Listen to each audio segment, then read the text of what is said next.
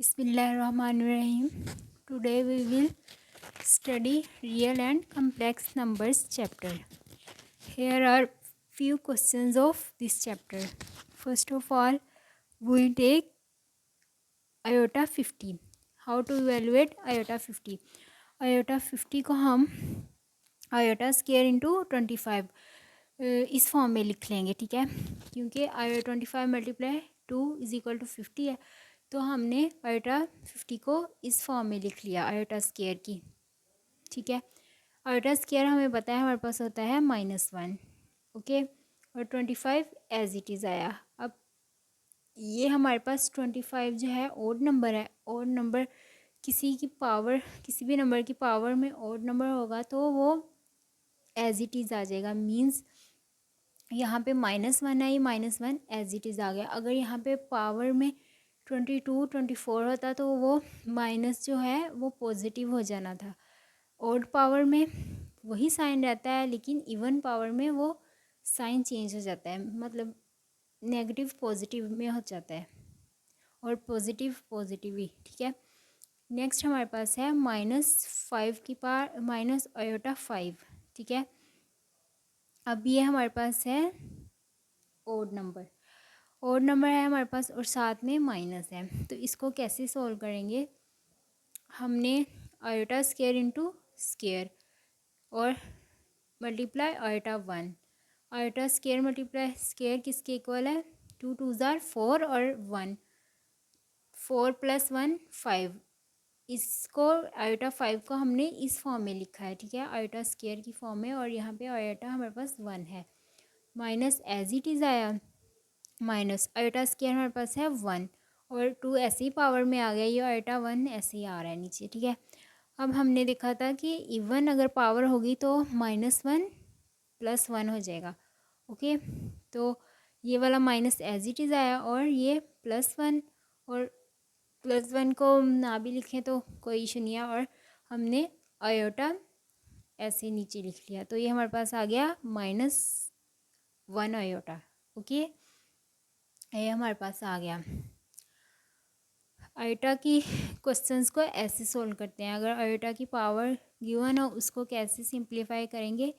इस फॉर्म में, इवन और ऑड पावर्स को, ठीक है। हम आयोटा स्क्वायर और फर्दर उसको ऐसे सिंप्लीफाई करेंगे कि हमारे पास ये फॉर्म बन रही है, ठीक है। इस फॉर्म को हमने, ये फॉर्म थी, इस फॉर्म में किया, उसके बाद आयोटा स्क्वायर की वैल्यू लिखी और फिर फर्दर देखा और हमारे पास आ गया -1 आयोटा, ओके।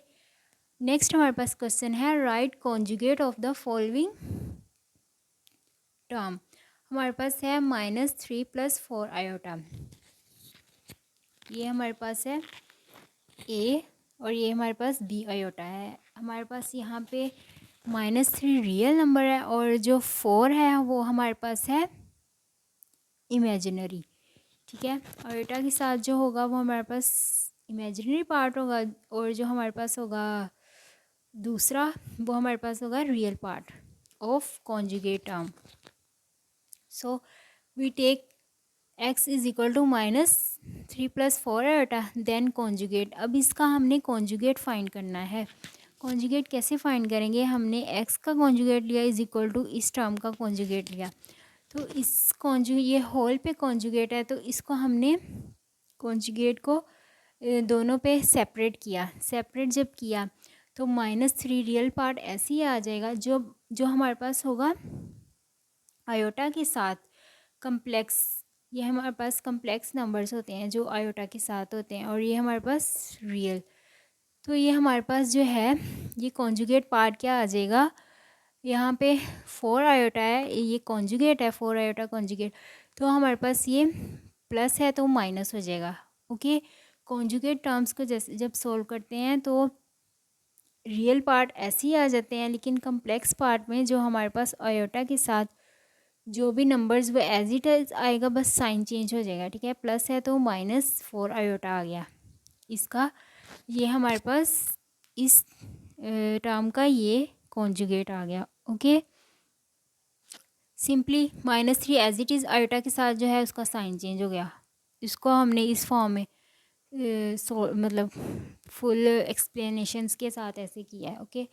नेक्स्ट हमारे पास क्वेश्चन है right real and imaginary part. Real part और इमेजिनरी पार्ट हमने लिखना है। हमारे पास है 1 प्लस आयोटा। अब 1 प्लस आयोटा का हमारे पास रियल और इमेजिनरी पार्ट क्या होगा? 1 हमारे पास रियल पार्ट होगा और इमेजिनरी पार्ट हमारे पास आयोटा होगा। इसी तरह -2 आयोटा का रियल पार्ट हमारे पास -2 होगा और इमेजिनरी पार्ट -2 आयोटा। ओके, जो आयोटा के साथ होगा, आयोटा वाला हमारे पास इमेजिनरी पार्ट होगा और जो सिंपल होगा आयोटा के बगैर वो हमारे पास रियल पार्ट होगा ऑफ दीज टर्म्स। ठीक है, और कॉन्जुगेट को ऐसे सोल्व करेंगे, आयोटा की टर्म को ऐसे सोल्व करेंगे। Understand? If you have any question you can ask. अल्लाह हाफिज़।